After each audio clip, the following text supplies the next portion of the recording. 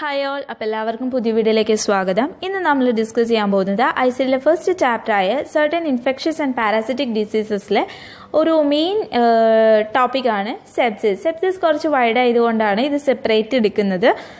അപ്പോൾ നമുക്ക് നോക്കാം സിസ്റ്റമിക് ഇൻഫെക്ഷൻ എന്താണെന്ന്. സിസ്റ്റമിക് ഇൻഫെക്ഷൻ എന്താണെന്ന് വെച്ചിട്ടുണ്ടെങ്കിൽ നമ്മുടെ ബ്ലഡ് സ്ട്രീമിനെയോ അല്ലെങ്കിൽ ഡിഫറെൻറ്റ് ബോഡി ഓർഗൻസിനെയോ പാർട്സിനെയോ എഫക്റ്റ് ചെയ്യുന്ന ഒരു ഇൻഫെക്ഷനെയാണ് നമ്മൾ സിസ്റ്റമിക് ഇൻഫെക്ഷൻ എന്ന് വിളിക്കുന്നത്.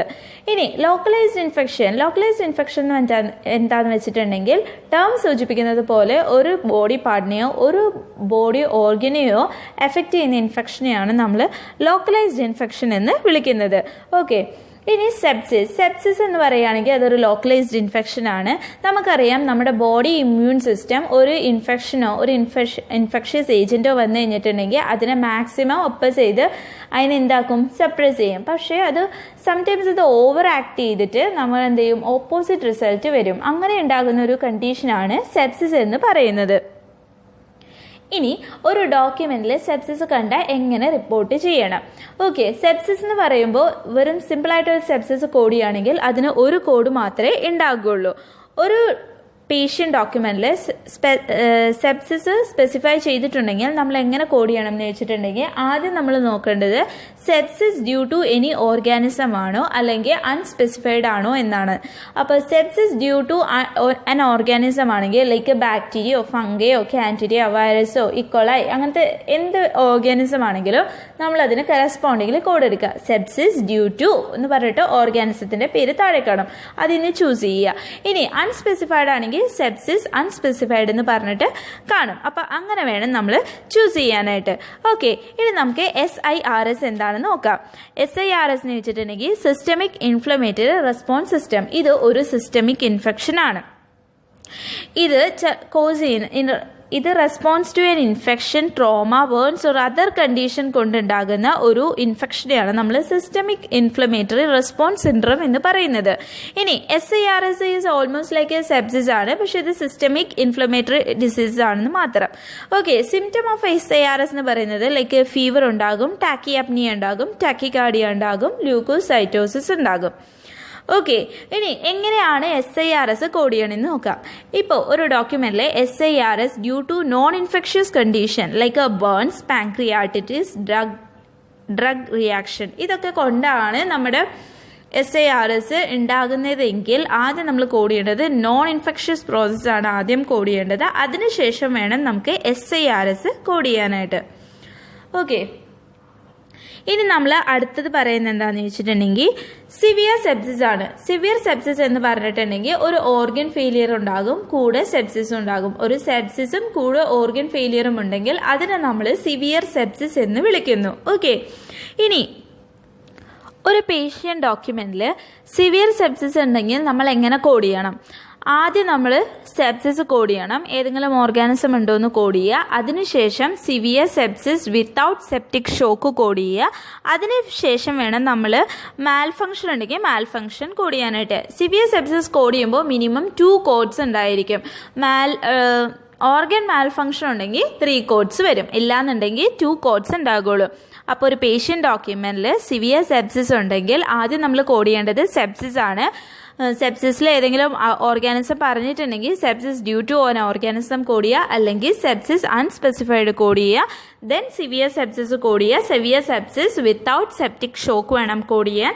ദെൻ നമ്മുടെ ഓർഗൻ ഫെയിലിയർ ഉണ്ടെങ്കിൽ ഓർഗൻ ഫെയിലിയറും കോഡ് ചെയ്യുക. ഓക്കെ, ഇനി നമുക്ക് സെപ്റ്റിക് ഷോക്ക് എങ്ങനെയാണ് കോഡ് ചെയ്യേണ്ടതെന്ന് നോക്കാം. സെപ്റ്റിക് ഷോക്ക് എന്ന് പറഞ്ഞിട്ടുണ്ടെങ്കിൽ severe sepsis plus organ function dysfunction ആണെങ്കിൽ നമ്മൾ അതിനെ എന്ത് വിളിക്കും? സെപ്റ്റിക് ഷോക്ക് എന്ന് വിളിക്കും. Septic shock may be procedural septic ഷോക്കും ഉണ്ടാകാം.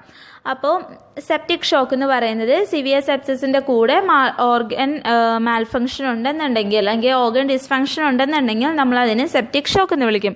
അപ്പോൾ ഒരു പേഷ്യൻ്റ് ഡോക്യുമെന്റിൽ സെപ്റ്റിക് ഷോക്ക് കാണുകയാണെങ്കിൽ നമ്മൾ എങ്ങനെ റിപ്പോർട്ട് ചെയ്യണം? ആദ്യം നമ്മുടെ സെപ്സിസ് റിപ്പോർട്ട് ചെയ്യണം. ആസ് യൂഷ്വൽ സെപ്സിസിൽ എന്തുണ്ടോ എന്ന് നോക്കുക, കോസറ്റീവ് ഓർഗാനിസം ഉണ്ടോ എന്ന് നോക്കുക. കോസറ്റീവ് ഓർഗാനിസം ഉണ്ടെങ്കിൽ sepsis due to an organism code ചെയ്യുക, അല്ലെങ്കിൽ സെപ്സിസ് അൺസ്പെസിഫൈഡ് കോഡ് ചെയ്യുക. അതിനുശേഷം നമ്മൾ കോഡ് ചെയ്യേണ്ടത് സിവിയർ സെപ്സിസ് വിത്ത് വിത്ത് സെപ്റ്റിക് ഷോക്ക് വേണം കോഡ് ചെയ്യാൻ, അല്ലെങ്കിൽ post procedural septic shock code ചെയ്യുക. അതിനുശേഷം നമ്മൾ എന്ത് ചെയ്യണം? ഓർഗൻ ഡിസ്ഫങ്ഷൻ ഉണ്ടെങ്കിൽ ഓർഗൻ ഡിസ്ഫങ്ഷനും കോഡ് ചെയ്യുക. ഓക്കെ, അപ്പോൾ അതാണ് സെപ്റ്റിക് ഷോക്ക് എന്ന് പറയുന്നത്. ഇനി അടുത്ത ഗൈഡ് ലൈൻ എന്താ പറയുന്നതെന്ന് വെച്ചിട്ടുണ്ടെങ്കിൽ, ഒരു പേഷ്യൻ്റ് ഹോസ്പിറ്റലിൽ അഡ്മിറ്റ് ആകുകയാണ് due to pneumonia and sepsis എന്ന് പറയുകയാണെങ്കിൽ, ഒരു പേഷ്യൻ്റ് ഡോക്യുമെൻറ്റിൽ പേഷ്യൻ്റ് അഡ്മിറ്റ് ആകുന്നത് due to pneumonia and sepsis എന്ന് പറഞ്ഞിട്ടുണ്ടെങ്കിൽ ആദ്യം നമ്മൾ കോഡ് ചെയ്യേണ്ടത് സെപ്സിസ് ആണ്. എന്നിട്ട് വേണം നമ്മൾ എന്ത് കോഡ് ചെയ്യാനായിട്ട്? ന്യൂമോണിയ കോഡ് ചെയ്യാനായിട്ട്. ഇനി ഒരു പേഷ്യൻ്റ്, അടുത്ത ഗൈഡ് ലൈൻ എന്ന് പറയുന്നത്, ഒരു പേഷ്യൻ്റ് ഹോസ്പിറ്റലിൽ അഡ്മിറ്റ് ആകുന്നത് സിവിയർ സെപ്സിസ് ഉള്ളത് ആൻഡ് ന്യൂമോണിയ കൊണ്ടാണ്. അപ്പോൾ ഒരു പേഷ്യൻ്റ് ഹോസ്പിറ്റലിൽ അഡ്മിറ്റ് ആകുന്നത് സിവിയർ സെപ്സിസും ന്യൂമോണിയയും കൊണ്ടാണെന്നുണ്ടെങ്കിൽ ആദ്യം നമ്മൾ കോഡ് ചെയ്യേണ്ടത് സെപ്സിസ് ആയിരിക്കണം. ഡ്യൂ ടു ആൻ ഓർഗാനിസം ഉണ്ടെങ്കിൽ due to an organism code ചെയ്യുക, ഇല്ലെങ്കിൽ അൺസ്പെസിഫൈഡ് കോഡ് ചെയ്യുക. ദെൻ നമ്മൾ സിവിയർ സെപ്സിസ് കോഡ് ചെയ്യുക വിത്തൗട്ട് സെപ്റ്റിക് ഷോക്ക്. ദെൻ നമ്മൾ എന്ത് വേണം? ന്യൂമോണിയ കോഡ് ചെയ്യാനായിട്ട്. ഓക്കെ, ഇനി അടുത്തൊരു ഗൈഡ് ലൈൻ എന്താണെന്ന് വെച്ചിട്ടുണ്ടെങ്കിൽ, ഒരു പേഷ്യൻ്റ് ഹോസ്പിറ്റലിൽ അഡ്മിറ്റ് ആകുന്നത് ന്യൂമോണിയ കൊണ്ടാണ്, എന്നിട്ടാണ് ഇത് എന്തായിട്ട് മാറുന്നത്? സെപ്സിസ് ആയിട്ട് മാറുന്നത്. അപ്പോൾ ഒരു പേഷ്യൻ്റ് ഹോസ്പിറ്റലിൽ അഡ്മിറ്റ് ആകുന്നത് ന്യൂമോണിയ ആയിട്ടാണ്, എന്നിട്ട് അത് ഡെവലപ്പ് ചെയ്ത് സെപ്സിസ് ആയിട്ട് മാറുകയാണെങ്കിൽ ആദ്യം നമ്മൾ കോഡ് ചെയ്യേണ്ടത് ന്യൂമോണിയ ആണ്. അതായത് ലോക്കലൈസ്ഡ് ഇൻഫെക്ഷൻ കോഡ് ചെയ്യുക. അതിനുശേഷം വേണം നമുക്ക് എന്ത് കോഡ് ചെയ്യാനാണ്? സെപ്സിസ് കോഡ് ചെയ്യാനായിട്ട്, സെപ്സിസോ സിവിയർ സെപ്സിസോ കോഡ് ചെയ്യാനായിട്ട്. ഓക്കെ, അപ്പോൾ അടുത്ത ഗൈഡ് ലൈൻ എന്ന് പറയുന്നത്, ഒരു പോസ്റ്റ് പ്രൊസീജിയറൽ ഇൻഫെക്ഷൻ എന്തായിട്ട് മാറുകയാണ്? ഒരു സിവിയർ സെപ്സിസ് ആയിട്ട് മാറുകയാണ്. പോസ്റ്റ് പ്രൊസീജിയർ ഇൻഫെക്ഷൻ എന്ന് വെച്ചിട്ടുണ്ടെങ്കിൽ ഒരു പ്രൊസീജിയറിന് ശേഷം വരുന്ന ഇൻഫെക്ഷനെയാണ് നമ്മൾ പോസ്റ്റ് പ്രൊസീജിയറൽ ഇൻഫെക്ഷൻ എന്ന് വിളിക്കുന്നത്. അത് സിവിയർ സെപ്സിസ് ആയിട്ട് മാറുകയാണെങ്കിൽ ആദ്യം നമ്മൾ കോഡ് ചെയ്യേണ്ടത് കോംപ്ലിക്കേഷൻ ആണ്. കോംപ്ലിക്കേഷൻ ഏതൊക്കെ വരും? ഇൻഫെക്ഷൻ ഫോളോയിങ് എ പ്രൊസീജിയർ വരാം, അല്ലെങ്കിൽ infection of a obstetrical surgical wound വരാം. ഇതിലേതെങ്കിലും ഒന്ന് കോഡ് ചെയ്യുക. ശേഷം നമ്മൾ severe sepsis without septic shock code ചെയ്യേണ്ടതുണ്ട്. അപ്പം മറന്നു പോവേണ്ട, സിസ്റ്റമിക് ഇൻഫെക്ഷൻ ഓൾസോ നമ്മൾ എന്ത് ചെയ്യണം? അസൈൻ ചെയ്ത് കൊടുക്കണം. ഇനി അടുത്ത ഗൈഡ് ലൈൻ എന്ന് പറയുന്നത്, പോസ്റ്റ് പ്രൊസീജിയർ ഇൻഫെക്ഷൻ എന്തായിട്ട് മാറി? സെപ്റ്റിക് ഷോക്ക് ആയിട്ട് മാറുകയാണെന്നുണ്ടെങ്കിൽ ആദ്യം നമ്മൾ കോഡ് ചെയ്യേണ്ടത് കോംപ്ലിക്കേഷൻ തന്നെയാണ്. കോംപ്ലിക്കേഷൻ എന്തൊക്കെ വരും? ഇൻഫെക്ഷൻ ഫോളോയിങ് എ പ്രൊസീജിയർ വരാം, അല്ലെങ്കിൽ infection of a obstetrical surgical wound വരാം. അതിനുശേഷം നമ്മൾ എന്ത് കോഡ് ചെയ്യണം? സെപ്റ്റിക് ഷോക്ക്, അതായത് post procedural septic shock, that is T81.12 code ചെയ്യുക. ഇനിയിപ്പോൾ സിസ്റ്റമിക് ഇൻഫെക്ഷൻ ഉണ്ടെങ്കിൽ അതും അസൈൻ ചെയ്ത് കൊടുക്കുക, മറക്കരുത്. അപ്പോൾ ഇത്രയേ ഉള്ളൂ ഇന്നത്തെ വീഡിയോ എന്ന് പറയുന്നത്. ഇഷ്ടമായിട്ടുണ്ടെങ്കിൽ ലൈക്ക് ചെയ്യുക, ഷെയർ ചെയ്യുക, സബ്സ്ക്രൈബ് ചെയ്യുക. അപ്പോൾ താങ്ക് യു.